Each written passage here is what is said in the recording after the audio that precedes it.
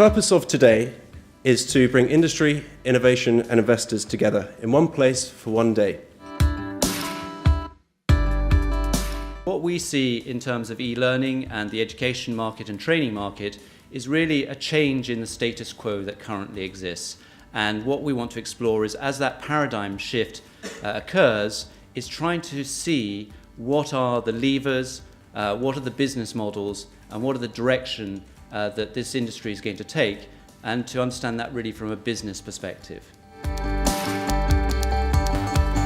I worked most of my life in media, and I've seen there and experienced there the full effect of an industry being disrupted by digitalization. And I'm seeing fascinating parallels between what digitalization has done in the media industry and what it's doing right now in the education world. And if we think about what kind of skills do they need, for example, communication, of course, technology, creative thinking, innovation, and it is really about competitive advantage of nations. We're always learning, because a lot of this we're still in the early stages on.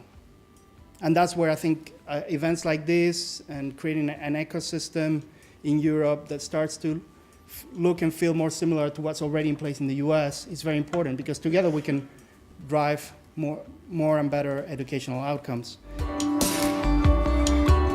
I see nothing but analogies and correlations between everything that happened in media and everything that MOOCs will do to higher education.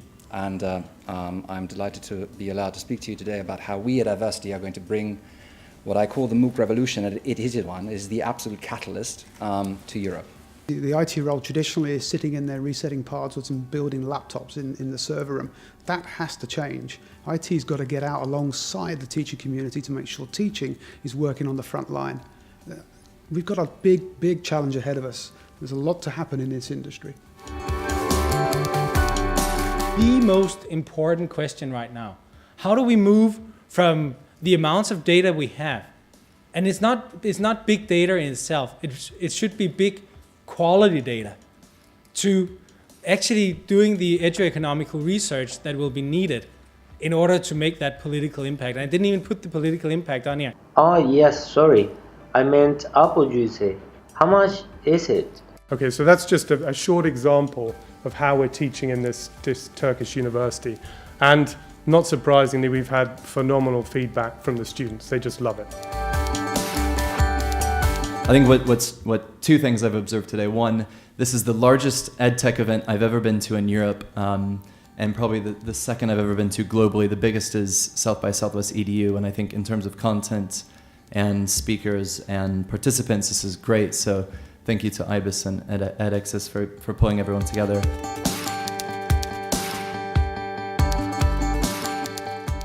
There was a very famous talk of Tim Berners-Lee, who said all the time we're very conscious of the huge challenges that human society has now, curing cancer, understanding the brain for Alzheimer's, but a lot of the state of knowledge of the human race is sitting in the scientists' computers and is currently not shared. We need to get it unlocked so we can tackle those huge problems, and that is exactly what we're trying to do.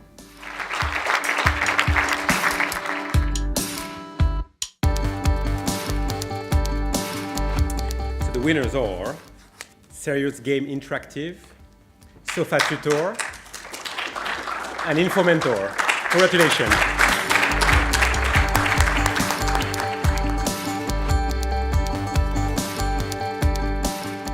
As we have the entrepreneurialism, we have the skills, and we have the capital. It's just about applying it in the right places to give the right ingredients. And it's great to see these businesses in terms of coming through in terms of the EdTech 20, and if we can use forums like that as well to send out a message, that's great. I was very interested to hear some of the keynote speeches, to meet the investment community. It's a relatively small community in Europe, and it's very productive to hear the way experienced investors look at our sector. It's very productive to hear other entrepreneurs talking about where they see the opportunities being, and most interestingly, actually hearing some of the old guard, Pearson and Microsoft, give a very strategic and profound review of what we see as a very new and exciting sector. Probably the key is the fact that today's happening at all. I think there is a perception that anything that is exciting has to come out of the States, particularly Silicon Valley. I think the ability to harness a range of different interests in one event to look at what's happening in Europe is very important, particularly because we don't have a history of always collaborating very well at a European level. So I think that we do have some fundamental challenges that we will tackle better if we are actually all working together. I'm seeing a real buzz around this space, the EdTech space, a building sense that things are going to start changing more quickly, and that excites me a lot as an entrepreneur. And a building interest, I hope, from the investor community too. What brings me to the event today is that we were looking at what are we going to do next with the company, what will be the strategy of tomorrow, and certainly for that we already find some nice ideas, some innovative ideas, because it's not always very simple, as our company is going very hard to find the right direction for the future, and that's something that we try to look for today. So what I found interesting was obviously there's no consensus, right? We're trying to predict the future, where Charles from Ibis Capital was trying to show adaptive learning at the peak of the hype curve, whereas Juan from Pearson was saying adaptive learning is the center of everything they're going to do in the future.